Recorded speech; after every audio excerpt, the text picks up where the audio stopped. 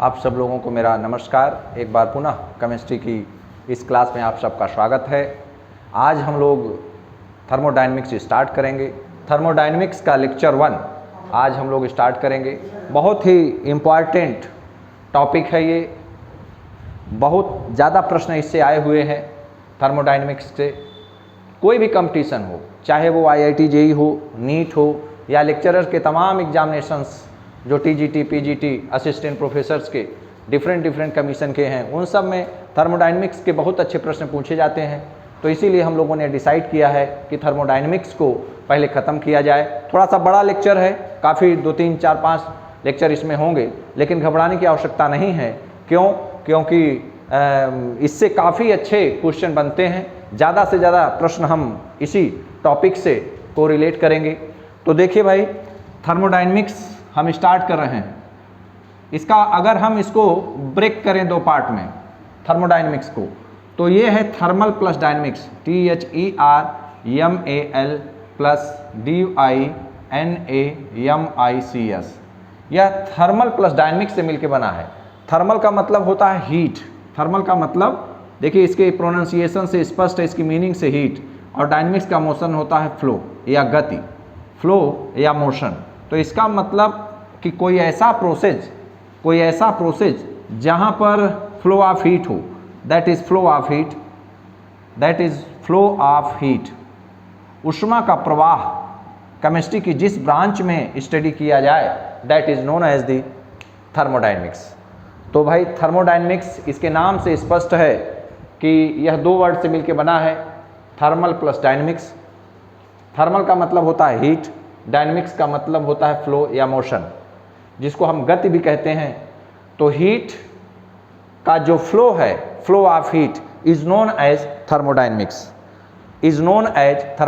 तो अगर कोई कहे, क्योंकि जब आप इंटरव्यू में कभी जाएंगे, ये तो रिटन टेस्ट है, कभी इंटरव्यू में आप गए और आपसे पूछा व्हाट इज द थर्मोडायनेमिक्स, तो आपको ऐसे अगर आपने बता दिया तो बहुत अच्छा, लेकिन आप ये बता दें कि केमिस्ट्री की वह ब्रांच जिसमें डिफरेंट प्रोसेस में क्या हीट चेंज होता है, the branch of chemistry which deals with energy changes accompanying all type of physical and chemical process is known as the thermodynamics. तो अगर हम इसको लिखना चाहें एक लाइन में इसकी डिफिनीशन, तो ऐसे लिख सकते हैं कि द ब्रांच ऑफ केमिस्ट्री, यहाँ पर लिख लीजिए, एक लाइन में इस बात को लिख लीजिए कि कैसे हम लिखेंगे। The branch of chemistry, note करिए, the branch of chemistry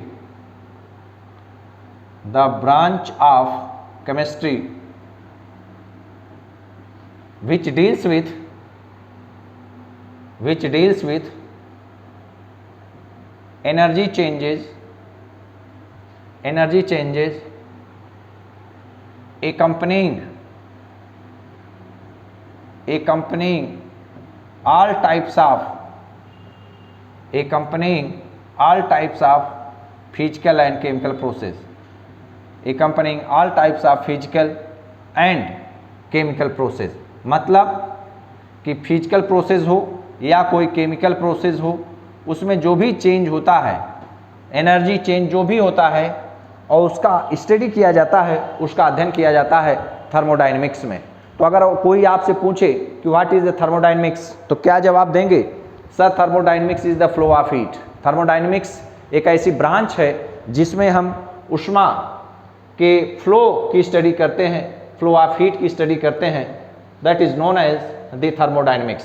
note कर लीजिए, आप लोग इसको लिख लीजिए। चूंकि हम चैप्टर आज स्टार्ट कर रहे हैं, इसलिए ये हम लोगों का दायित्व है कि इसके बारे में, इसकी डिफिनीशन को हमारे दिमाग में रहना चाहिए। और अब हेडिंग डालिए, इंपॉर्टेंस ऑफ थर्मोडायनेमिक्स। हेडिंग डाल दीजिए, इंपॉर्टेंस ऑफ थर्मोडायनेमिक्स।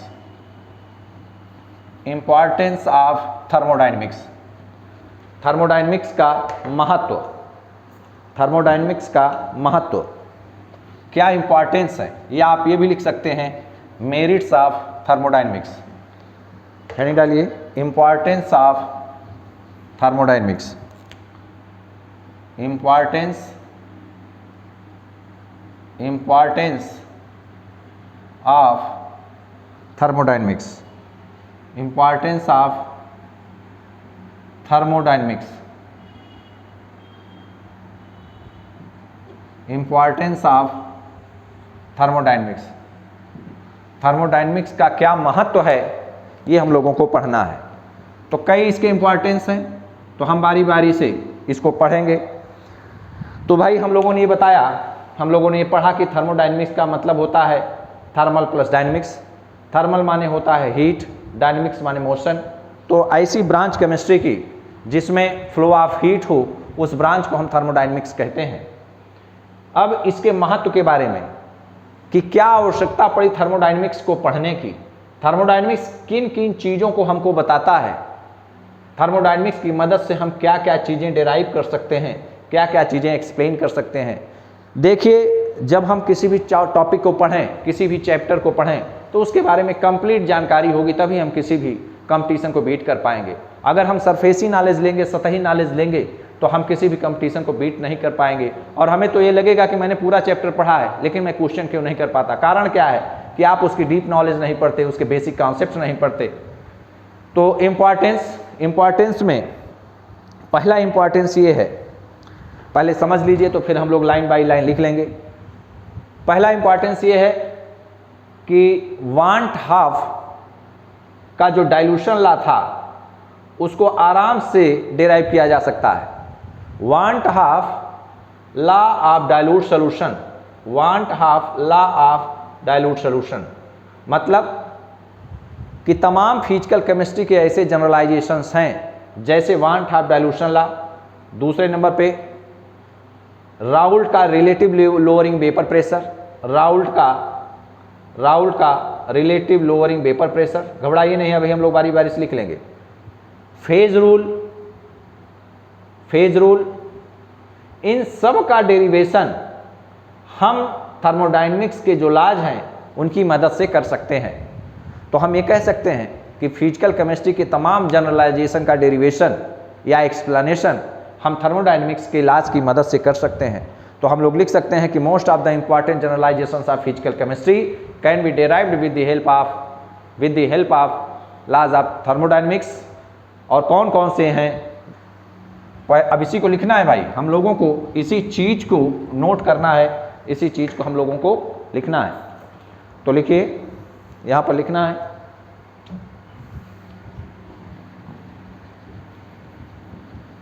पहला पॉइंट, फर्स्ट इंपॉर्टेंस, पहला इसका महत्व है कि most of the generalisations GENERALISATIONS,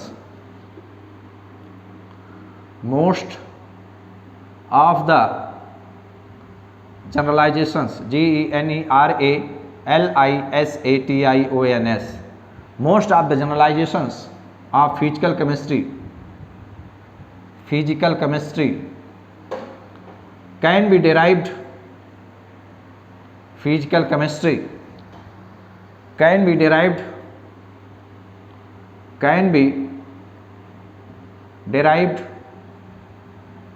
with the help of most of the generalizations of physical chemistry। यहाँ पर कौन कौन से जनरलाइजेशंस हैं आप फिजिकल केमिस्ट्री, उसको नोट कर लीजिए। जैसे मैंने 3-4 बताए हैं तो उसको नोट कर लीजिए। Most of the generalisations of physical chemistry, यहाँ पर लिखिए सच एज कौन कौन से want half law of dilute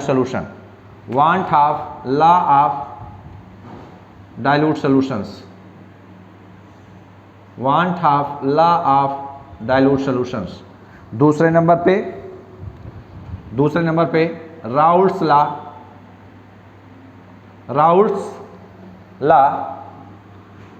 of relative lowering in vapour pressure. तीसरे नंबर पे डिस्ट्रीब्यूशन लॉ का डेरिवेशन भी हम इसकी मदद से कर सकते हैं, डिस्ट्रीब्यूशन लॉ। फिर उसके बाद फेज रूल, डिस्ट्रीब्यूशन लॉ और फिर phase rule.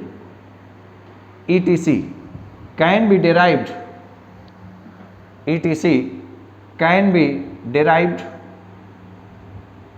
Derived with the help of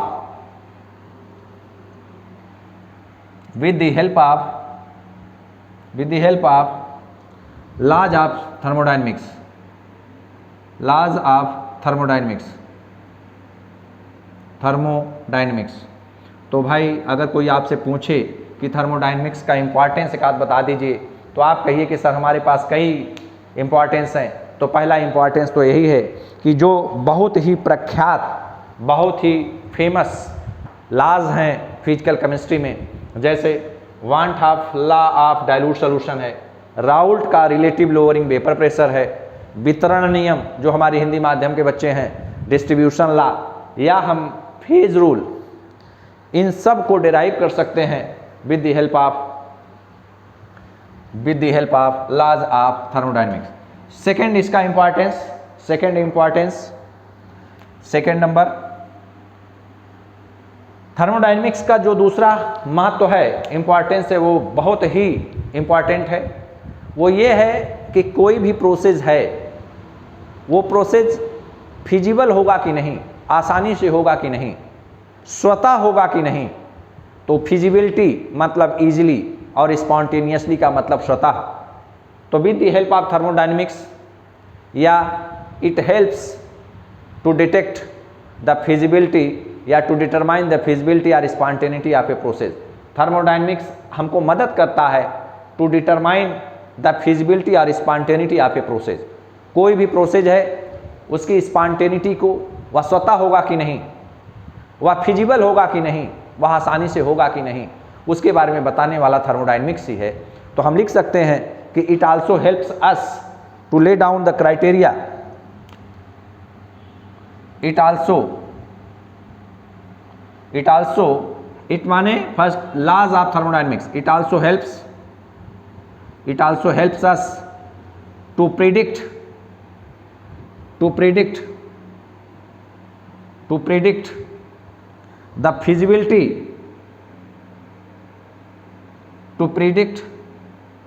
the feasibility or spontaneity of a process,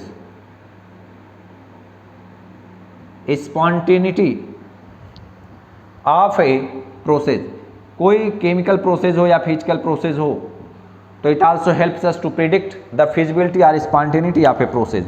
it माने जो थर्मोडायनेमिक्स के लॉज हैं, आप फिजिबिलिटी को, स्पॉन्टेनिटी को आप अंडरलाइन कर लीजिए।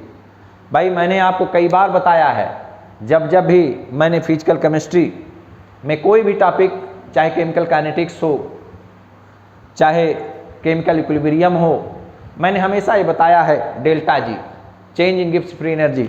मैंने 3 बातें बताया था कि अगर डेल्टा जी की वैल्यू 0 हो तो इक्विलिब्रियम स्टेज, अगर डेल्टा जी की वैल्यू लेस देन 0 तो स्पॉन्टेनियस है। फिर से मैं रिवाइज करा दे रहा हूँ, ग्रेटर देन 0 है तो ये नॉन स्पॉन्टेनियस है। तो इस तरीके से ये डेल्टा जी की वैल्यू 0 तो इक्विलिब्रियम, डेल्टा जी की वैल्यू लेस देन 0 तो spontaneous, delta G is greater than 0 तो नॉन स्पॉन्टेनियस। हमारे पास 2 महत्व आए, 2 इम्पॉर्टेंस हैं, हम लोगों ने उसको मेंशन कर लिया है। पहले नंबर पे तमाम जनरलाइजेशन का derivation first law second law की मदद से होता है। दूसरे नंबर पे मैंने बताया किसी भी प्रोसेस की फिजिबिलिटी के बारे में, किसी भी प्रोसेस के स्पॉन्टेनिटी के बारे में बताने वाला थर्मोडायनेमिक्स है। तीसरे नंबर पे यह एक चीज़ और बताता है, यहीं पर मैं इसको नोट कर दे रहा हूँ। थर्ड पॉइंट यह बताता है कि इक्विलिब्रियम आने के पहले, कोई भी प्रोसेस है, साम्यावस्था इक्विलिब्रियम आने के पहले किस मात्रा तक होगी, किस एक्सटेंट तक होगी, तो laws of thermodynamics also helps us to predict the extent to which a process will proceed before the attainment of equilibrium. Equilibrium साम्यावस्था आने के पहले, साम्यावस्था को अटेन करने से पहले रिएक्शन किस एक्सटेंट तक होगी, किस मात्रा तक होगी, इसको बताने वाला हमारा थर्मोडायनेमिक्स ही है। तो थर्ड पॉइंट में हम लिख सकते हैं कि it also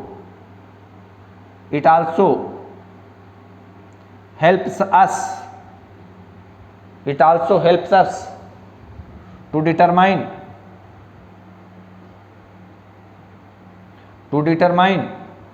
the extent to determine the extent to which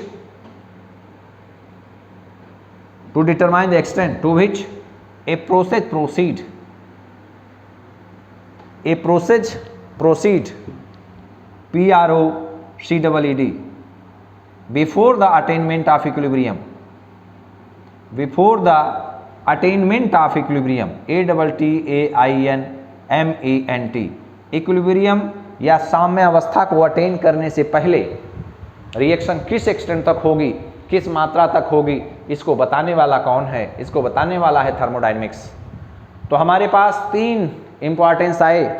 पहले इंपॉर्टेंस में आपने कहा कि तमाम तरह के जनरलाइजेशंस का डेरिवेशन हम फिजिकल केमिस्ट्री की मदद से करते हैं। दूसरे नंबर पे आपने कहा किसी भी प्रोसेस की फिजिबिलिटी के बारे में अगर बताना हो तो हम थर्मोडायनेमिक्स की मदद लेते हैं।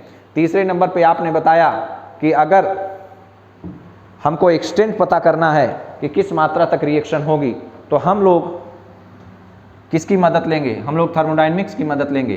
तो फर्स्ट, सेकंड, थर्ड तीनों इंपॉर्टेंस आपको याद होना चाहिए, क्योंकि कभी भी आपसे बेसिक क्वेश्चन बना के थ्योरेटिकल पूछ सकता है। तो अब हेडिंग डाल दीजिए, क्यों? जहाँ महत्व है वहीं उसकी डिमेरिट भी है, तो जहाँ मेरिट है वहीं डिमेरिट है। थर्मोडायनेमिक्स से कुछ कमियां हैं, कुछ ड्रॉबैक्स हैं, कुछ लिमिटेशंस हैं, उनको भी हम लोग यहीं पढ़ लें। तो आप हेडिंग डाल दीजिए limitations of thermodynamics. Limitations of thermodynamics, thermodynamics की कमियां या demerits of thermodynamics, demerits of thermodynamics. Thermodynamics की कुछ कमियां हैं, कुछ डिमेरिट्स हैं। चलिए हेडिंग डाल दीजिए demerits of thermodynamics, demerits of thermodynamics. Limitations या डिमेरिट्स LIMITATIONS, लिमिटेशंस, या आप डिमेरिट्स लिख सकते हैं DEMERITS। लिमिटेशंस और demerits of thermodynamics, THERMODYNAMICS। Thermodynamics के कुछ लिमिटेशंस हैं, थर्मोडायनेमिक्स की कुछ कमियां हैं, उसको हम लोगों को डिराइव करना है, उसको हम लोगों को एक्सप्लेन करना है। कौन कौन सी कमी है, जो कि कौन कौन सी ऐसी बातें हैं कि जो थर्मोडायनेमिक्स नहीं बता पाता है। देखिए, पहली कमी, पहला ड्रॉबैक ये है कि थर्मोडायनेमिक्स किसी भी सब्सटेंस के, किसी भी मटेरियल के बल्क के बारे में बात करता है। मान लीजिए कि ये कोई मैटर है या कोई सिस्टम है, तो मैटर होल मैटर के बारे में बात करेगा, होल मैटर के बारे में बात करेगा, या इंडिविजुअल पार्टिकल के बारे में बात नहीं करेगा। कौन सा ऐसा ब्रांच है केमिस्ट्री की, कौन सी ऐसी ब्रांच है रसायन विज्ञान की जिसमें इंडिविजुअल पार्टिकल के बारे में बात किया जाता है, उसकी थर्मोडायनेमिक्स को डिस्कस किया जाता है। यह इंटरव्यू में कई बार हमसे पूछा गया कि कौन से ऐसी ब्रांच है कि जिसमें पर्टिकुलर इंडिविजुअल पार्टिकल की थर्मोडायनेमिक्स बताई जाती है। तो उसका जवाब है स्टैटिकल थर्मोडायनेमिक्स। जो हायर क्लास में बच्चे हमारे MSc PhD वाले, वो इसको जानते होंगे कि स्टैटिकल थर्मोडायनेमिक्स एक एक पार्टिकल का वाइब्रेशन निकाल सकता है, उसकी एनर्जी निकाल सकता है। लेकिन ये जो थर्मोडायनेमिक्स है जो हम लोग पढ़ रहे हैं, यह किसी भी मैटर के बल्क के बारे में बात करता है। बल्क का मतलब गैदरिंग, नंबर ऑफ पार्टिकल्स एक साथ, कई पार्टिकल की वेलोसिटी को एक साथ, कई पॉइंट की वेलोसिटी, कई पॉइंट की एनर्जी को एक साथ डिस्कस करेगा। यह इंडिविजुअल पार्टिकल के बारे में बात नहीं करता है।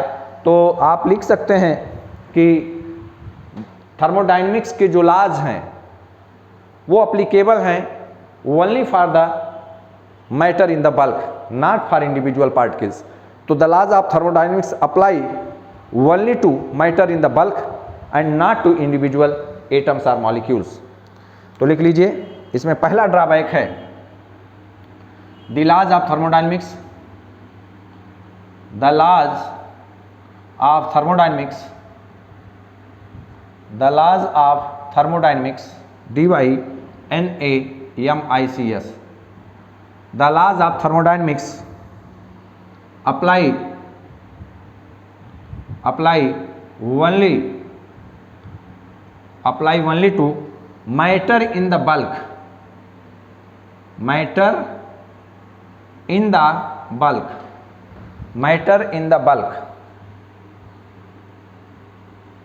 but not individual atoms are part, individual, but not individual atoms are molecules, The laws of thermodynamics apply only to matter, only to matter in the bulk, but not individual atom or molecule. तो भाई इसको underline कर लीजिए, only matter in the bulk को underline कर लीजिए, और यहाँ नॉट को कर लीजिए कि इंडिविजुअल पार्टिकल के बारे में, एटम के बारे में या कोई भी जानकारी, कोई भी सूचना नहीं देता है। कोई भी प्रोसेस हो रहा है, कोई भी रिएक्शन हो रही है, तो उसमें कितना हीट का एक्सचेंज होगा, कितना हीट फ्लो होगी, इन सब की जानकारी थर्मोडायनेमिक्स देता है। लेकिन मेरे प्यारे विद्यार्थियों, एक चीज़ आप जानते होंगे, अगर थर्मोडायनेमिक्स से ये पूछा जाए कि यह रिएक्शन कितना फास्ट होगी, कितना तेज होगी, रिएक्शन का रेट क्या होगा, अपक्रिया की दर क्या होगी, तो ये हाथ जोड़ लेता है।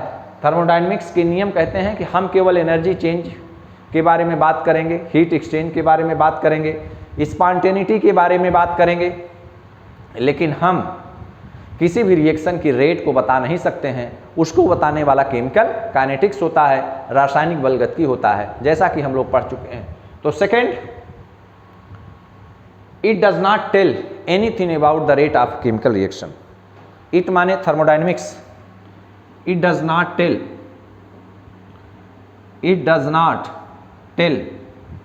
Anything about the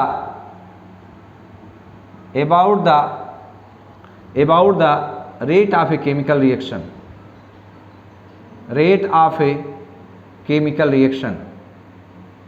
about the rate of a chemical reaction।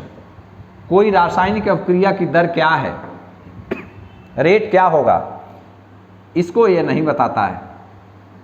Third number पे तीसरा पॉइंट जो कि थर्मोडायनेमिक्स एक्सप्लेन नहीं कर पाया है, वो ये है कि कोई रिएक्शन स्लो होगी कि फास्ट होगी, इसके बारे में यह जानकारी नहीं दे पाया। तो हम ये लिख सकते हैं कि यह नहीं बता पाई, does not tell anything about that reaction will be slow और फास्ट। तो it does not tell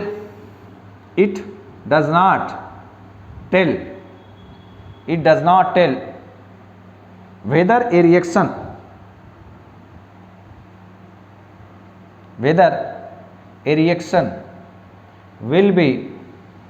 reaction will be slow or fast। कोई रिएक्शन स्लो होगी कि फास्ट होगी, इसके बारे में कोई भी जानकारी लॉज ऑफ थर्मोडायनेमिक्स नहीं देते हैं। तो इस तरीके से हमारे पास तीन बातें हम लोगों ने सीखा।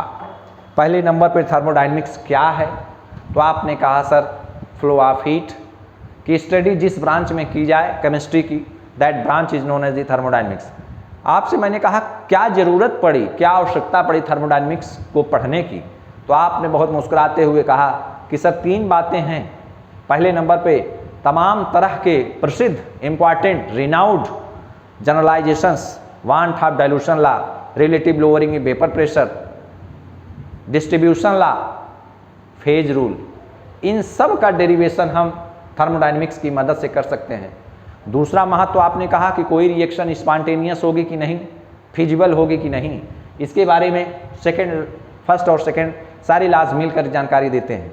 तीसरे नंबर पे आपने तीसरा महत्व बताया, तीसरी मेरिट बताई, तीसरा इम्पॉर्टेंस बताया कि सर तीसरे नंबर पे हमें बता सकते हैं कि कोई भी रिएक्शन स्पॉन्टेनियस होगी, स्वतः होगी, और कोई भी रिएक्शन किस एक्सटेंट तक होगी, किस मात्रा तक होगी, इसकी जानकारी देने वाला थर्मोडायनेमिक्स है। लेकिन कुछ कमियां थीं। कमियां ये थी कि यह रेट के बारे में नहीं बताया, रिएक्शन के स्लो होगी कि फास्ट होगी इसके बारे में नहीं बताया, और यह केवल मैटर इन द बल्क पर लागू होता है, इंडिविजुअल पार्टिकल पर लागू नहीं होता। यहाँ समझा दें हम कि यह कोई एक मैटर है, तो अगर हमको वेलोसिटी निकालना है तो हम पूरे इस मैटर की वेलोसिटी निकालेंगे, हम इस पूरे मैटर की वेलोसिटी निकालेंगे। या अगर हमको रिफ्रैक्टिव इंडेक्स निकालना है तो हम इसका रिफ्रैक्टिव इंडेक्स निकालेंगे। या कितना हीट फ्लो हो रहा है इसमें, तो हम इस पूरे सिस्टम के इसके अंदर जो इंडिविजुअल पार्टिकल हैं, हम इंडिविजुअल पार्टिकल के बारे में कोई भी जानकारी नहीं ले सकते हैं थर्मोडायनेमिक्स के। या थर्मोडायनेमिक्स इंडिविजुअल एटम जो इस सिस्टम के अंदर हैं उसकी जानकारी नहीं देता है। तो ये 3 बहुत महत्वपूर्ण कमियां थीं, जिसके कारण कई और लॉज आए, कई और केमिस्ट्री की स्ट्रीम आई जो इन चीज़ों को एक्सप्लेन किया। तो हम लोगों ने मेरिट पढ़ी, हम लोगों ने डीमेरिट पढ़ी, लेकिन अब हम लोगों को ये पढ़ना है कि थर्मोडायनेमिक्स आप लोग पढ़ के आए होंगे पुरानी क्लासेस में, छोटी क्लासेस में पढ़ के आए होंगे कि थर्मोडायनेमिक्स में तमाम तरह की टर्मिनोलॉजी होती है। जैसे सिस्टम क्या है, सराउंडिंग क्या है, यूनिवर्स क्या है। तो इस तरीके से अब हेडिंग डाल दीजिए टर्मिनोलॉजी ऑफ थर्मोडायनेमिक्स, हेडिंग डाल दीजिए टर्मिनोलॉजी ऑफ थर्मोडायनेमिक्स, हेडिंग डाल दीजिए टर्मिनोलॉजी ऑफ थर्मोडायनेमिक्स। थर्मोडायनेमिक्स में तमाम तरह की टर्मिनोलॉजी यूज की जाती है। Terminology of thermodynamics,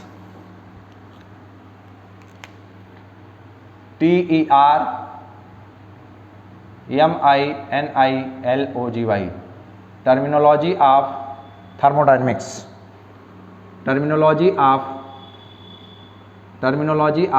thermodynamics, THERMODYNAMICS, terminology of thermodynamics, terminology of thermodynamics. Thermodynamics की कई टर्मिनोलॉजी हैं, ये हेडिंग है। और इसके बाद पहली छोटी हेडिंग सिस्टम। सिस्टम क्या है? जो हमारे हिंदी माध्यम के बच्चे जुड़े हैं उनको हम बता दें, इसको निकाय भी कहते हैं। क्या कहते हैं? निकाय कहते हैं। देखिए सिस्टम क्या होता है? सिस्टम होता है कि जिस पर हम ऑब्जर्व करें। कोई मैटर है, मान लीजिए कि ये कोई मैटर है, मैटर का ये स्पेसिफाइड पोर्शन हमने ले लिया, हमने ये स्पेसिफाइड पोर्शन ले लिया, इतना स्पेसिफाइड पोर्शन, और इसी पर हम अपना ऑब्जर्वेशन कर रहे हैं। इसका टेम्परेचर क्या है, ये कितना प्रेशर एग्जर्ट करता है, कितना इसका वॉल्यूम है। तो जो भी हम ऑपरेशन करें, जो भी ऑब्जर्वेशन करें एनी स्पेसिफाइड पोर्शन पर, तो वो स्पेसिफाइड पोर्शन, ये स्पेसिफाइड पोर्शन, और देखिए ये और चीज़ों से, और जगहों से, यहाँ से एक बाउंडिंग सरफेस से अलग है ना, एक बाउंड्री है, ये देखिए बाउंड्री है इसकी, ये देखिए ये सब इसकी बाउंड्री है जो चारों तरफ दिख रहा है। इसी से तो ये सराउंडिंग से अलग है ना, यूनिवर्स से अलग है ना, तो ये जो बाउंडिंग सरफेस है, तो यही कहा जाता है किसी भी मैटर का वह स्पेसिफाइड पोर्शन जिस पर हम ऑब्जर्वेशन करें और वह सराउंडिंग से एक बाउंडिंग सरफेस से या एक बाउंड्री से अलग हो। जैसे पूरा ये स्पेसिफाइड, पूरा मैंने माना कि ये मैटर है, तो ये बताइए मैटर, ये देखिए ये जो लेयर दिख रही है, ये जो ऊपर की लेयर दिख रही है, ये सब क्या है? ये बाउंड्री है या बाउंडिंग सरफेस है। क्यों? क्योंकि ये यूनिवर्स से देखिए इसी लेयर से अलग हो रही। हमारी स्किन देखिए, हमारा हाथ है, हैंड है, तो हमारा हाथ अगर इतना पोर्शन हम सिस्टम माने, तो ये देखिए ये जो स्किन दिख रही है ना ब्लैक कलर की, ये जो स्किन दिख रही है, तो ये स्किन क्या है? ये बाउंडिंग सरफेस है ना, ये बाउंड्री है। तो सिस्टम की डिफिनीशन ये है कि किसी भी मैटर का कोई स्पेसिफाइड पोर्शन जो कि यूनिवर्स से एक बाउंडिंग सरफेस से अलग हो, that is known as the system. तो any specified portion of a matter which is separated from rest of the universe, which is separated from the rest of universe is known as the system। देखिए भाई system क्या है पहले मैं समझा दूं कि अगर कोई मैंने माना कि यह स्पेसिफाइड पोर्शन है और यहाँ पर आपका पूरा ये ऐसे सराउंडिंग है, तो यही सिस्टम है। सिस्टम क्यों?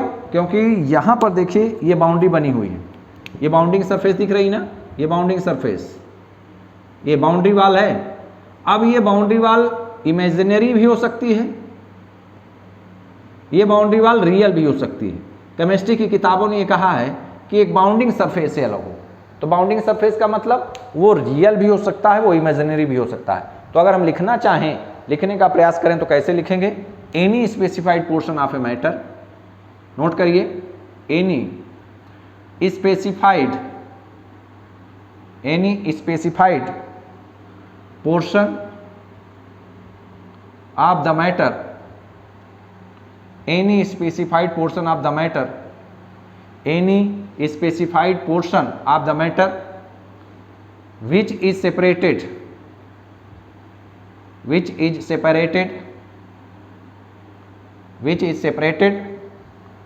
from rest of the universe,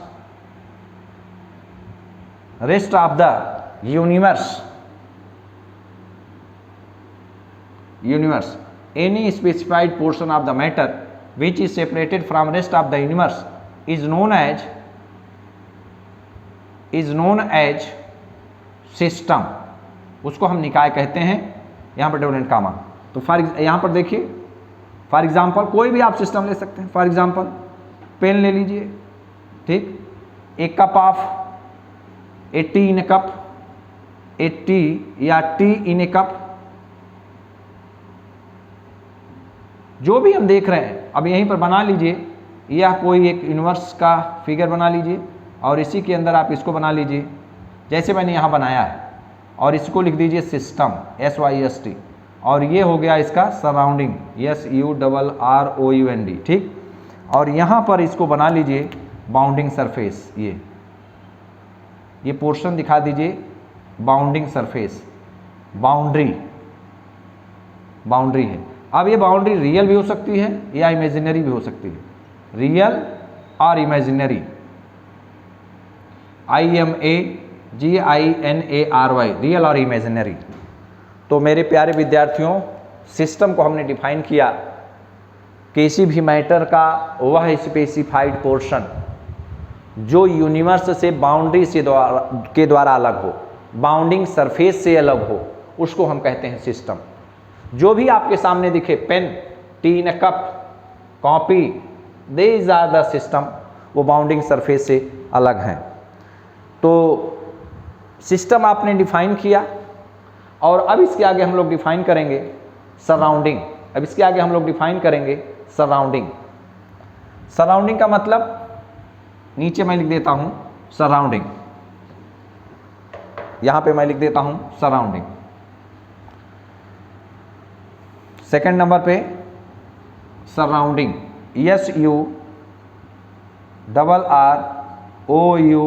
SURROUNDING, surrounding. कैसे इसको डिफाइन करेंगे भाई?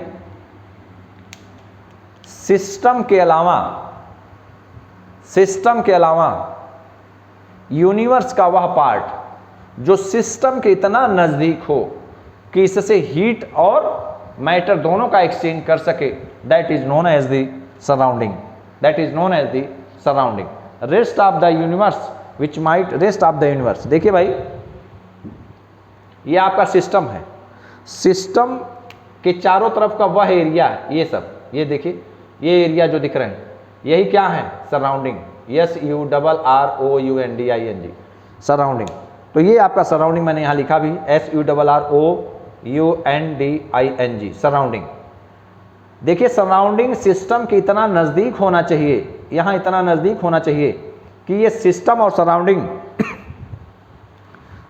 सराउंडिंग एक दूसरे से हीट का एक्सचेंज कर सकें, हीट का एक्सचेंज और मैटर का एक्सचेंज कर सके। मतलब कि सिस्टम अगर चाहे तो सराउंडिंग को हीट दे सके, और सराउंडिंग अगर चाहे तो सिस्टम से हीट ले सके।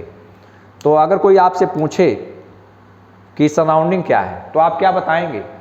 आप कहेंगे कि सिस्टम के चारों तरफ का वह एरिया, वह पोर्शन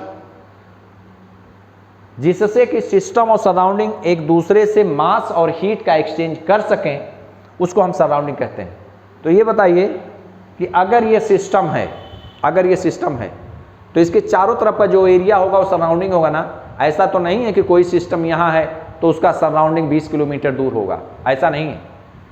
जैसे वाटर बाथ है, जैसे वाटर बाथ समझिए, जैसे ये वाटर बाथ है, वाटर बाथ, तो पूरा का पूरा वाटर बाथ में मैंने कोई एक मैटर रख दिया, ये पेन, तो वाटर बाथ का ये एरिया, ये पेन के अलावा जो है यही तो है सराउंडिंग। और ये क्या हो गया, जो हमने पेन इसमें रखा है वो क्या हो गया, सिस्टम। तो जनरली जो सराउंडिंग्स हैं वो वाटर बाथ हैं, जो इन कॉमन, बिल्कुल कॉमन सराउंडिंग है वो एयर है। दूसरे नंबर पे वाटर बाथ यूज किया जाता है जिसमें किसी सिस्टम को इमर्स किया जाता है। मान लीजिए कि मैंने कोई सिस्टम इमर्स कर दिया वाटर बाथ में, तो ये जो वाटर है, ये जो पानी है, ये जो वाटर बाथ में वाटर रखा रहता है टेम्परेचर को मेंटेन करने के लिए, तो यही कहलाएगा सराउंडिंग, SURROUND, सराउंडिंग। तो अगर आपसे कोई पूछे कि सराउंडिंग क्या है तो आप कहेंगे rest of the universe, universe का वह शेष भाग, चूंकि ये सिस्टम और सराउंडिंग मिला के यूनिवर्स होता है, rest of the universe which might be in a position such that which might be in a position to exchange heat and matter with the system is known as surrounding। तो यहाँ पर लिखना है हम लोगों को रेस्ट ऑफ द, रेस्ट माने शेष, रेस्ट माने शेष, rest of the universe, rest of the universe, rest of the universe which might be, rest of the universe, rest of the universe which might be in a position,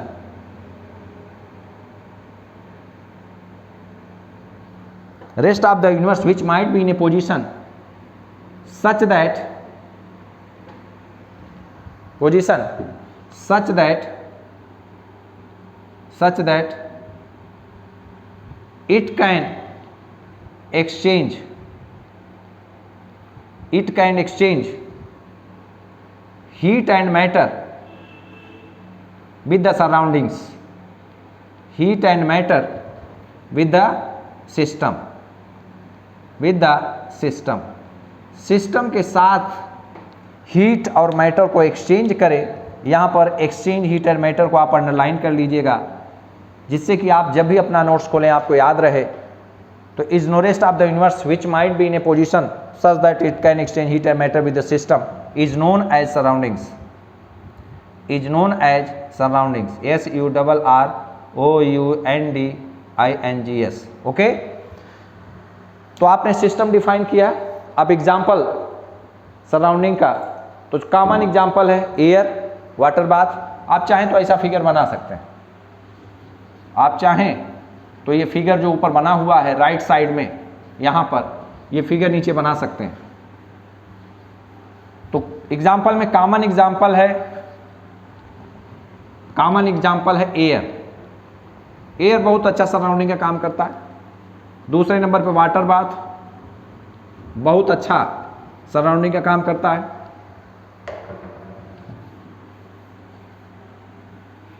तो यहाँ पर example में पहले वो figure यहीं बना लीजिए, पहले वो फिगर यहीं बना लीजिए, मैं फिर से बना रहा हूँ फिगर। यहाँ पर देखिए ये वाटर बाथ है, ये वाटर बाथ है, वाटर बाथ, ये एग्जाम्पल नंबर 1। और यहाँ पर मैंने कोई सिस्टम इंसर्ट किया है, इसमें वाटर भरा हुआ है, इसमें वाटर भरा हुआ है, ठीक है। तो देखिए ये हो जाएगा आपका सिस्टम, ये हो गया सिस्टम, और ये हो गया सराउंडिंग। ये सिस्टम है और ये इसके पास का एरिया हो गया सराउंडिंग, SORROUNDING, सराउंडिंग। तो इस तरीके से वाटर बाथ पहला एग्जाम्पल, पहला example water bath. Second example air. Surrounding आपने डिफाइन किया, सिस्टम आपने डिफाइन किया, और तीसरी बार अब आती है, उसका नाम है यूनिवर्स। इसको नोट कर लिए होंगे आप लोग। और तीसरा नंबर आता है यूनिवर्स का, तीसरा नंबर यूनिवर्स, यूनिवर्स।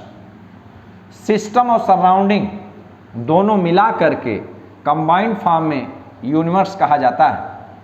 तो the combination of system and surrounding is known as universe, is known as universe. मतलब system plus surrounding, system plus surrounding is known as the universe, system plus surrounding is known as universe, is known as universe. Heading डालिए तीसरे number पे, तीसरी terminology universe, UNIVERSE, universe, ब्रह्मांड। तो देखिए system plus surrounding, system plus surrounding, SURROUNDINGS, system plus surrounding is equal to universe. इसको square bracket कर लीजिए, universe, system plus surrounding is equal to universe. जैसे फॉर एग्जाम्पल अगर मैंने वाटर बाथ लिया, ये वाटर बाथ है, इसमें मैंने कोई एक सिस्टम इंसर्ट किया है, यहाँ वाटर बाथ में वाटर है, तो ये पूरा का पूरा क्या कहलाएगा? सिस्टम। ये सिस्टम है, ये सराउंडिंग है,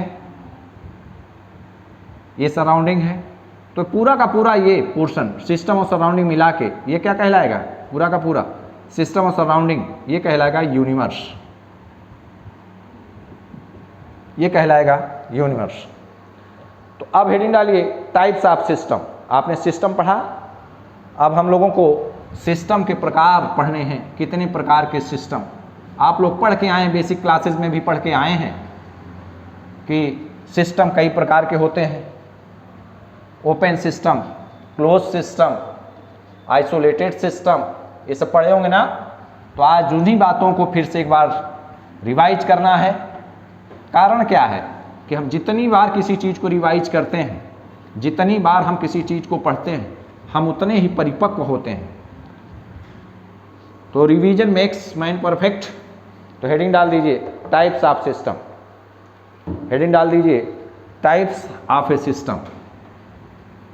सिस्टम के प्रकार, निकाय के प्रकार, types of A system, types of A system, types of A system, types of system, system के प्रकार। पहले नंबर पे, फर्स्ट नंबर पे टाइप्स ऑफ सिस्टम है। पहले नंबर पे, फर्स्ट नंबर पे open system, open system, open, देखिए इसके नाम से स्पष्ट है, ओपन सिस्टम, बिल्कुल खुला system.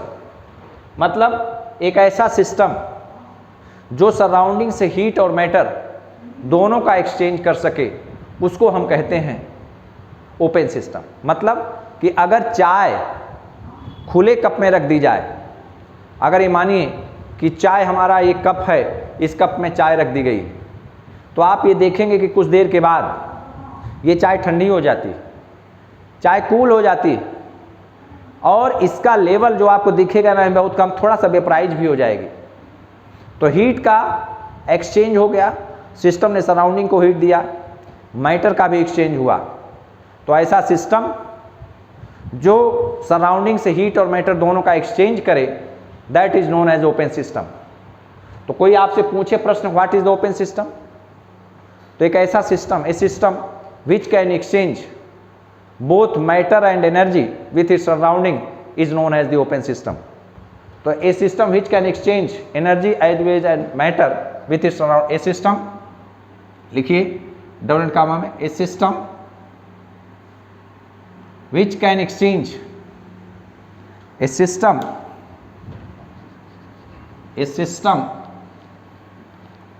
which can exchange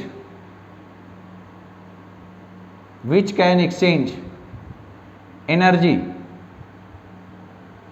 which can exchange energy या heat कर लीजिए, which can exchange heat as well as matter with its surroundings, with its surroundings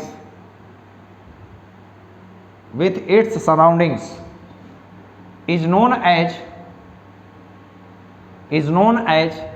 open system। एक ऐसा system is known as open system. क्यों भाई? इसका example आप लोग जानते हैं ना, क्या? टी इन ओपन कप, खुले कप में चाय। टी इन ओपन कप, खुले कप में चाय। खुले कप में चाय का मतलब ये आपकी प्लेट है, ये आपकी प्लेट है, प्लेट में ये देखिए और ये ओपन है। यहाँ पे क्या रखा गया भाई? यहाँ पे टी है और यहाँ पर हमने बना दिया हैंडल और ये ओपन है, ये प्लेट है और ये कप है। तो ये कोई प्लेट है, इस प्लेट में कलर्ड प्लेट है भाई, कलर्ड प्लेट। ये देखिए कलर्ड कर दिया।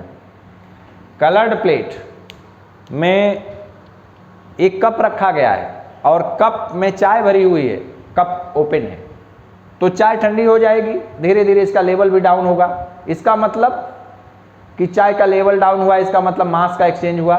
चाय ठंडी हुई, इसका मतलब ये हुआ कि हीट का एक्सचेंज हुआ।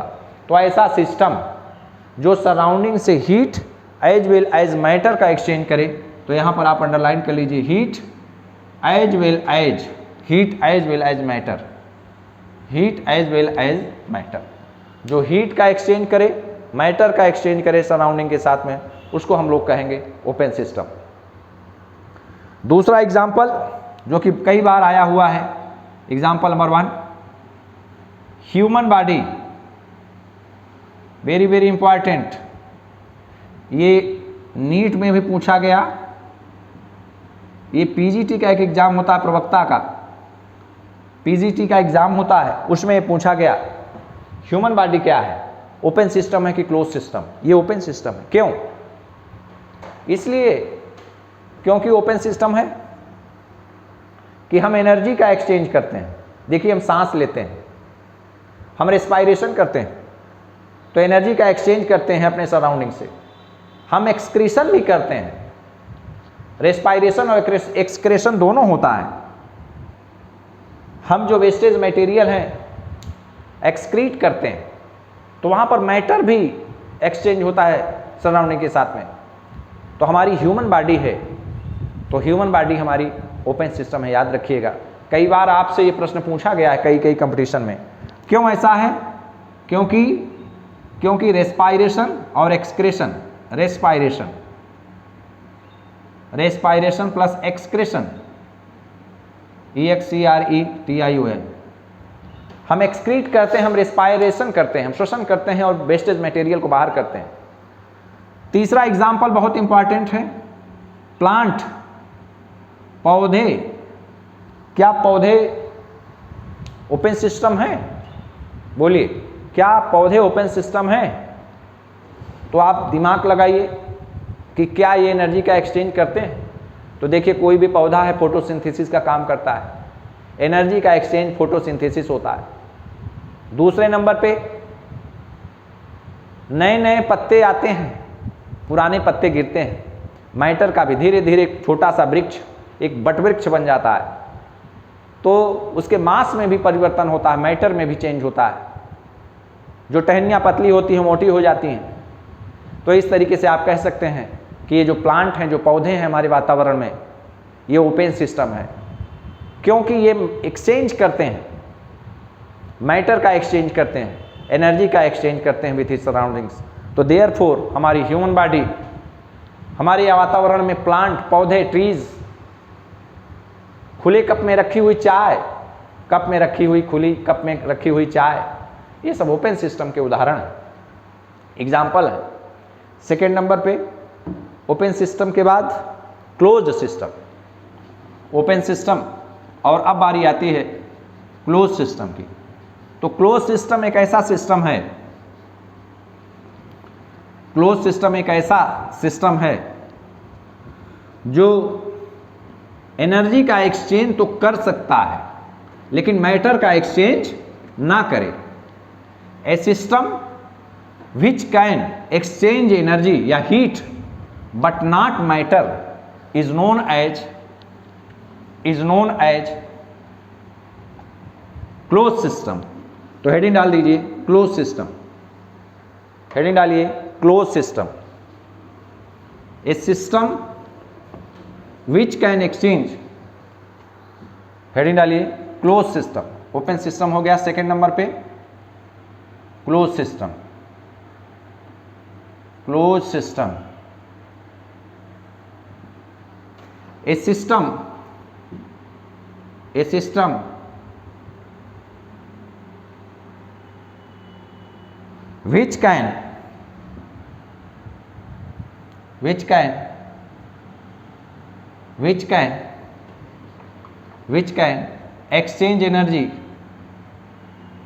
which can exchange energy, but not matter,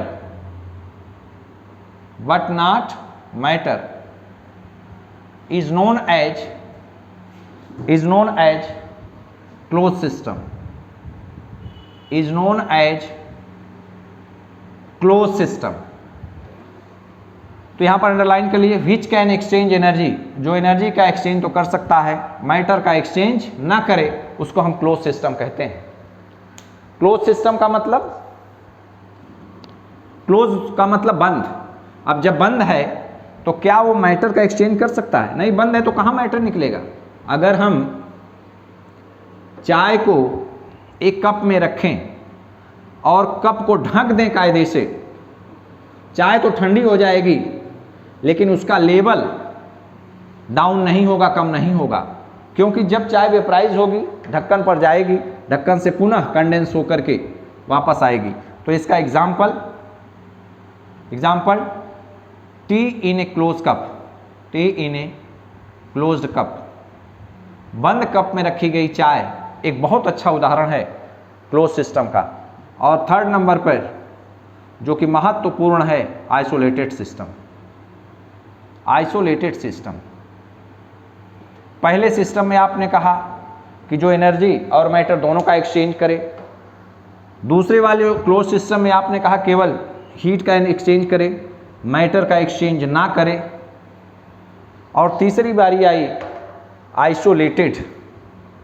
isolated कहा ना, आप लोग अपने दोस्तों में कहते हैं तो बिल्कुल आइसोलेट है। आइसोलेट का मतलब जो ना तो एनर्जी का एक्सचेंज करें ना तो मैटर का एक्सचेंज करें, उनको हम आइसोलेटेड सिस्टम कहते हैं। A system which can neither exchange energy nor matter is known as the isolated system. तो a system which can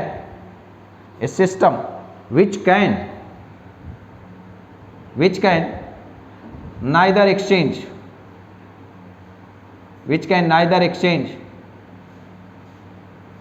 a system which can neither exchange heat as well as matter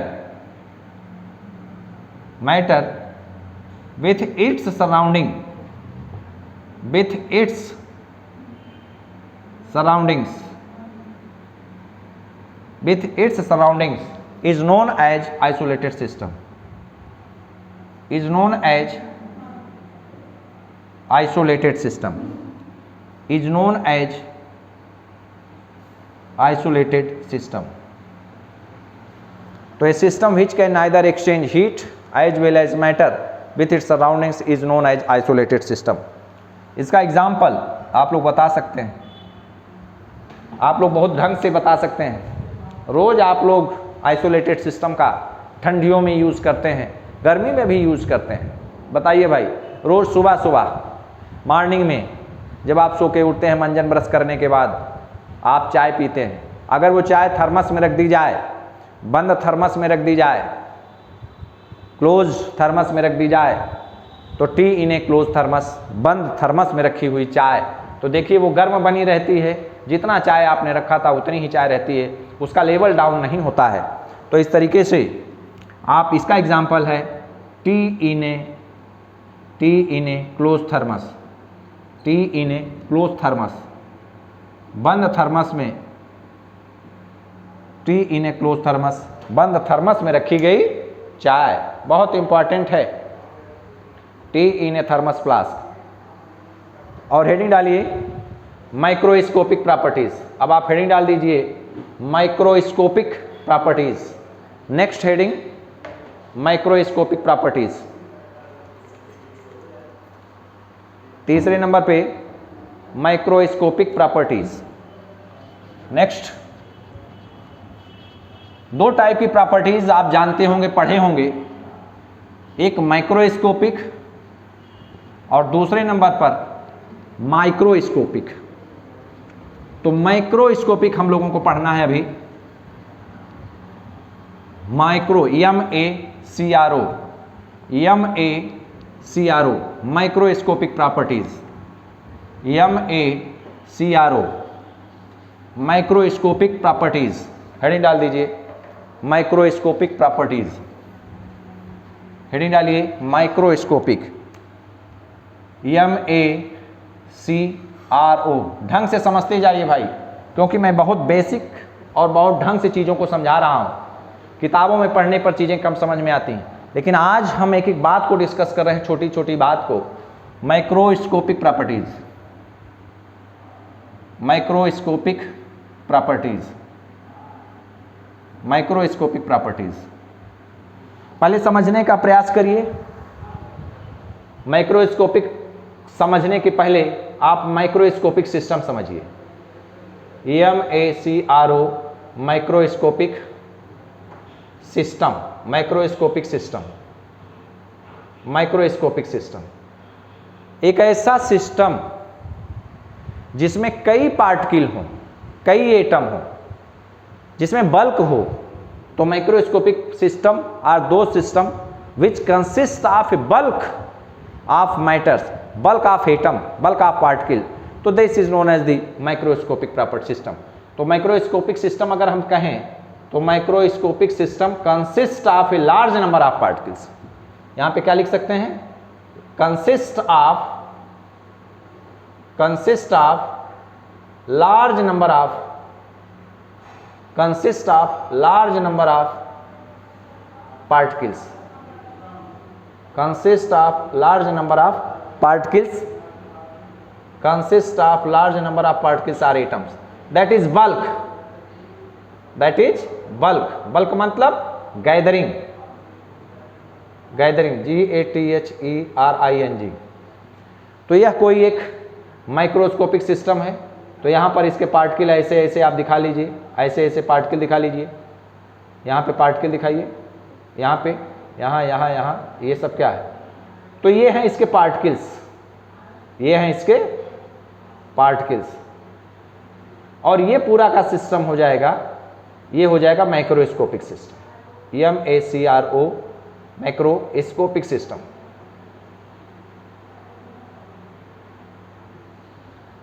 microscopic system. तो microscopic system में ये particles क्या कहलाएंगे? ये particle कहलाएंगे microscopic particles, MACRO, microscopic particles. ये particle कहलाएंगे माइक्रोस्कोपिक पार्टिकल्स और ये सिस्टम कहलाएगा माइक्रोस्कोपिक सिस्टम। तो अगर आपसे कोई पूछे कि माइक्रोस्कोपिक सिस्टम क्या होता है, तो आप क्या जवाब देंगे? आप ये कहेंगे कि ऐसा सिस्टम जो जिसमें कई पार्टिकल हों, लार्ज नंबर ऑफ पार्टिकल जो कंसिस्ट करता है, उसको हम क्या कहेंगे? Microscopic system. माइक्रो का मतलब लार्ज, माइक्रो, MACRO। माइक्रो अगर कहीं आए तो लार्ज, अगर कहीं माइक्रो आए तो इंडिविजुअल।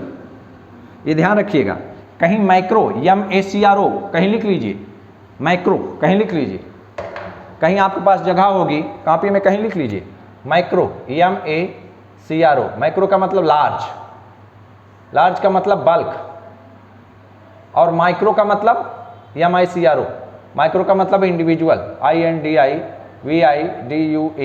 ओके, तो हमने हेडिंग दिया है माइक्रोस्कोपिक प्रॉपर्टीज, दिया है ना। तो हमने पहले डिफाइन किया माइक्रोस्कोपिक सिस्टम क्या है। तो हमने बताया कि एक ऐसा सिस्टम जिसमें लार्ज नंबर ऑफ पार्टिकल्स हों, उस सिस्टम को हम कहेंगे microscopic system.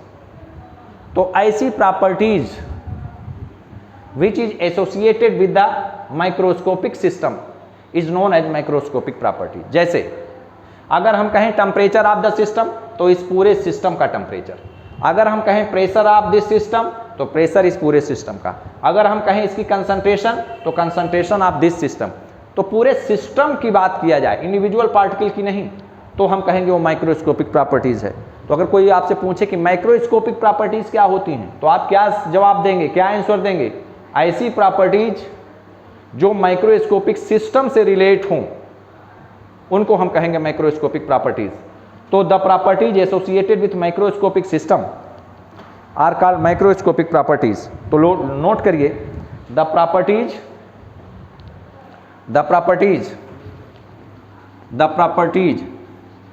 Associated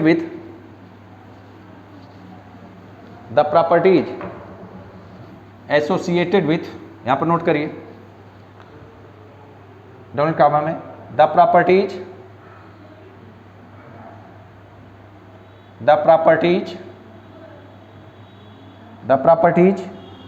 associated with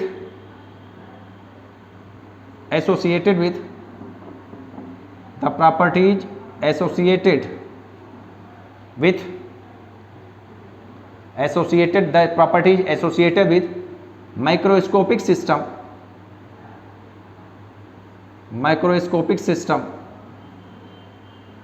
is known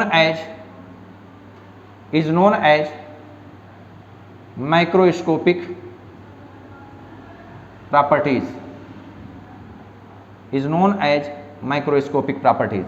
ऐसी प्रॉपर्टीज जो माइक्रोस्कोपिक सिस्टम से रिलेट हों, एसोसिएट हों, उन प्रॉपर्टीज को हम कहेंगे माइक्रोस्कोपिक प्रॉपर्टीज। तो माइक्रोस्कोपिक प्रॉपर्टीज का एग्जांपल जैसे मैंने बताया, अगर हम प्रेशर कहें तो पूरे सिस्टम का प्रेशर, अगर हम कहें वॉल्यूम तो पूरे प्रेशर का वॉल्यूम। तो यहाँ पर नोट कर लिए, फॉर एग्जांपल, उदाहरण के तौर पर, फॉर एग्जांपल यहाँ पर लिखिए, फॉर एग्जांपल में प्रेशर, माइक्रोस्कोपिक प्रॉपर्टीज बता रहे हैं, प्रेशर PRESS प्रेशर, दूसरे नंबर पे टेम्परेचर, जो भी आप जानते हैं, वॉल्यूम, रिफ्रैक्टिव इंडेक्स,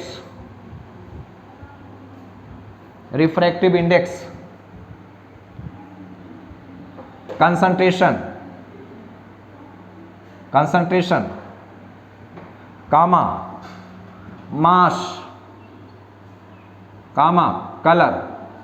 तो ये सारी प्रॉपर्टीज जो हैं वो सारी प्रॉपर्टीज माइक्रोस्कोपिक प्रॉपर्टी कहलाती हैं।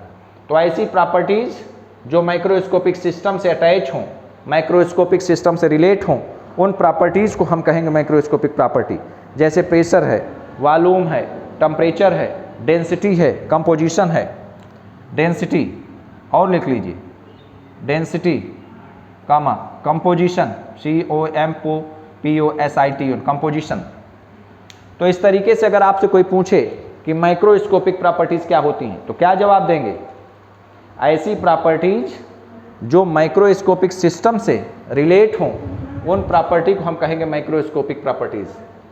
ऐसी प्रॉपर्टीज जो माइक्रोस्कोपिक सिस्टम से एसोसिएट हों, उनसे अटैच हों, तो माइक्रोस्कोपिक सिस्टम की जो प्रॉपर्टीज होती हैं उन्हीं प्रॉपर्टी को हम कहेंगे माइक्रोस्कोपिक प्रॉपर्टीज। और हेडिंग डाल दीजिए अब, homogeneous and heterogeneous system. Next heading, homogeneous and heterogeneous system, homogeneous and heterogeneous system. Heading डाल दीजिए, homogeneous and heterogeneous system, homogeneous and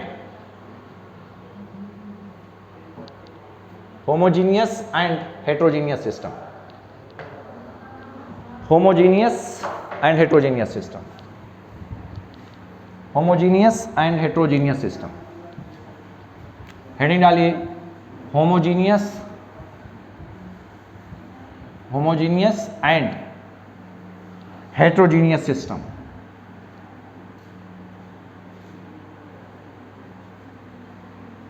homogeneous and heterogeneous system. तो पहली छोटी हेडिंग डाल दीजिए, पहली छोटी हेडिंग डाल दीजिए होमोजेनियस सिस्टम।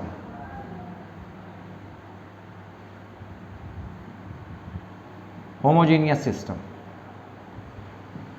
होमोजेनियस और हेट्रोजेनियस सिस्टम। होमोजेनियस सिस्टम क्या होता है? होमोजेनियस सिस्टम वो सिस्टम होता है जिसमें उसके कंपोजिशन का जो डिस्ट्रीब्यूशन होता है थ्रू आउट द सेम होता है। मतलब कि homogeneous systems are those systems which have completely uniform throughout the system.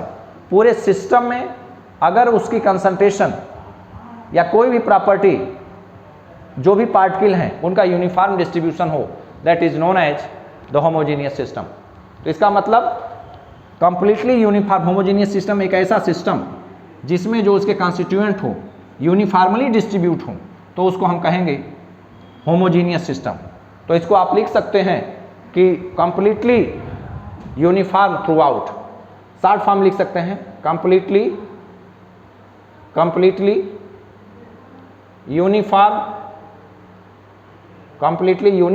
Through out. Completely uniform through out मतलब पूरे सिस्टम में जो डिस्ट्रीब्यूशन हो, अगर हम ये होमोजेनियस का मतलब ये है कि यह कोई एक सॉल्यूशन है, ए पॉइंट, ये बी पॉइंट, ये सी पॉइंट और ये डी पॉइंट। तो अगर हम सारे पॉइंट पर प्रॉपर्टीज निकालें तो सेम प्रॉपर्टीज, सेम कंपोजिशन, तो ऐसा सिस्टम होमोजेनियस सिस्टम कहलाता है। तो होमोजेनियस सिस्टम का मतलब प्योर सॉलिड्स। एग्जाम्पल में, इसके एग्जाम्पल में लिखिए प्योर सॉलिड्स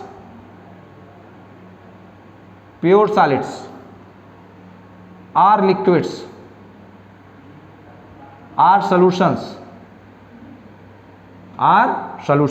ये सारे इसके एग्जाम्पल हैं। और एक नोट लिख लीजिए कि होमोजेनियस जो सॉल्यूशंस होते हैं उनमें फेज की संख्या 1 होती है। All homogeneous systems have only 1 phase. All homogeneous systems have only 1 phase. Only 1 को अंडरलाइन कर लीजिए। जितने भी होमोजेनियस सिस्टम हैं उनमें केवल एक फेज होता है, उनमें फेज की संख्या 1 होती है। इसी का जस्ट अपोजिट जो होता है हेट्रोजीनियस सिस्टम। हेट्रोजीनियस सिस्टम वो सिस्टम होता है जिसमें uniform, not complete uniform through out. तो यहाँ पर आप होमोजीनियस की जगह कर लीजिए हेट्रोजीनियस, यहाँ पर आप कर लीजिए होमोजीनियस की जगह हेट्रोजीनियस, यहाँ पर आप हेडिंग की जगह कर लीजिए हेट्रोजीनियस सिस्टम, HETEROGENOUS,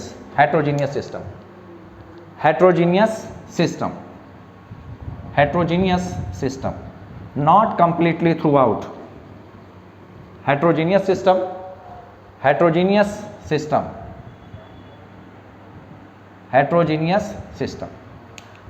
सिस्टम का मतलब होता है नॉट कंप्लीटली थ्रू आउट, मतलब कि एक ऐसा सिस्टम जिसमें उसके कॉन्स्टिट्यूएंट्स का डिस्ट्रीब्यूशन होमोजीनियस ना हो। तो यहाँ पर नोट कर दीजिए नॉट कंप्लीट, यहाँ नॉट कर दीजिए not complete uniform throughout, not complete uniform throughout. Example, mixture of 2 immiscible liquids, mixture of 2 immiscible liquids, mixture of 2 immiscible liquids. First example. Second example, liquid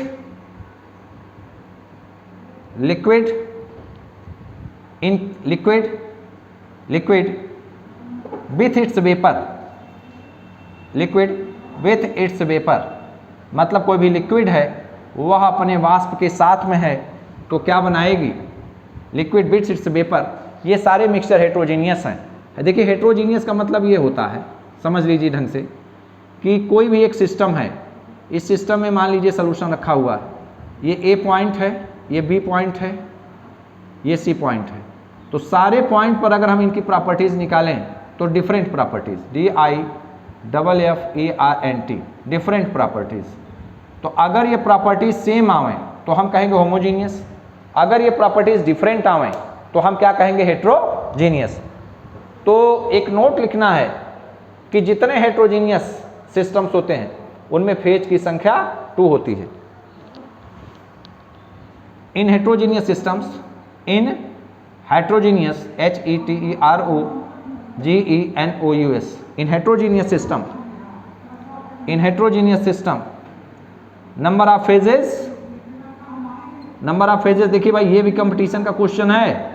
number of phases, homogeneous अगर कोई system है, बहुत important है NEET के लिए, बहुत important है ये पीजीटी के लिए, जेई के लिए।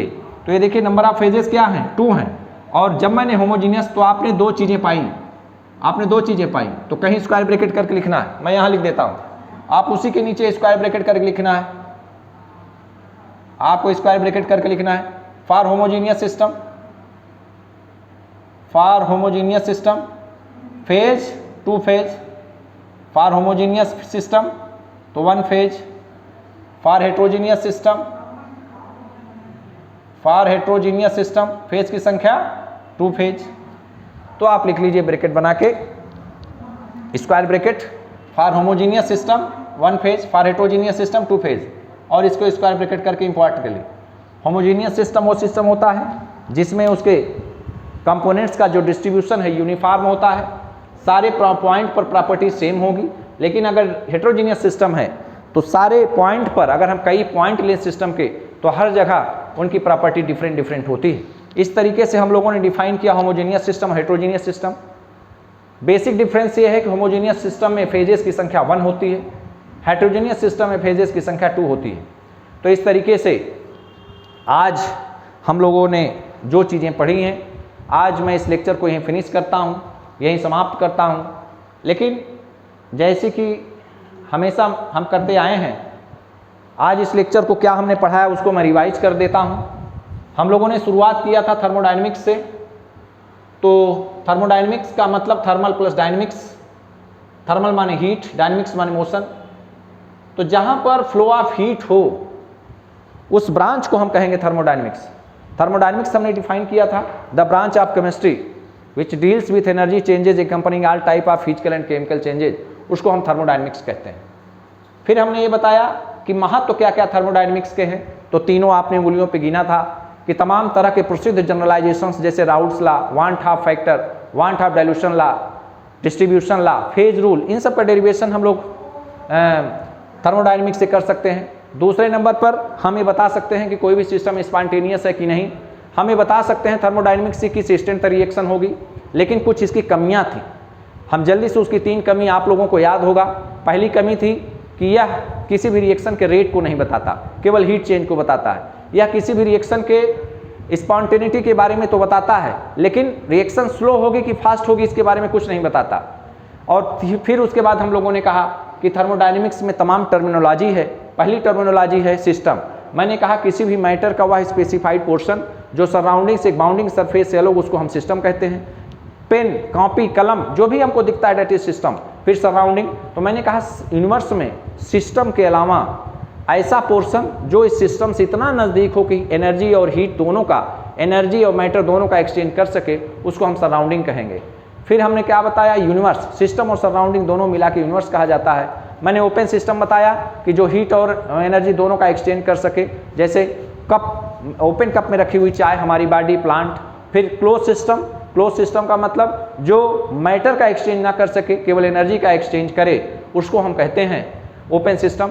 फिर उसके बाद क्लोज सिस्टम हमने बताया। क्लोज सिस्टम में बताया कि एनर्जी का एक्सचेंज तो हो लेकिन मैटर का एक्सचेंज ना हो। अगर हम चाय जो जिस कप में रखी है उसको बंद करके रख दें तो वो हमारा क्लोज सिस्टम का एग्जाम्पल है। आइसोलेटेड सिस्टम जो ना तो हीट का एक्सचेंज करे ना मैटर का। अगर थर्मस में रख दी जाए चाय तो वो सिस्टम एग्जाम्पल होगा आइसोलेटेड सिस्टम का।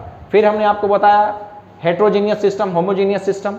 तो होमोजीनियस सिस्टम वो होता है कि जिसमें फेज 1 होता है, हेट्रोजीनियस सिस्टम होता है जिसमें फेज 2 होता है। होमोजीनियस सिस्टम में मैंने बताया कि प्रॉपर्टीज हर जगह सेम होंगी किसी भी सोल्यूशन की, किसी भी प्रोसेस की, किसी भी कंपोनेंट की, लेकिन जो हेट्रोजीनियस सिस्टम होता है उसमें डिफरेंट पॉइंट पर प्रॉपर्टीज अलग अलग होती हैं। नेक्स्ट टर्न पे हम नेक्स्ट लेक्चर स्टार्ट करेंगे, तब तक के लिए अलविदा।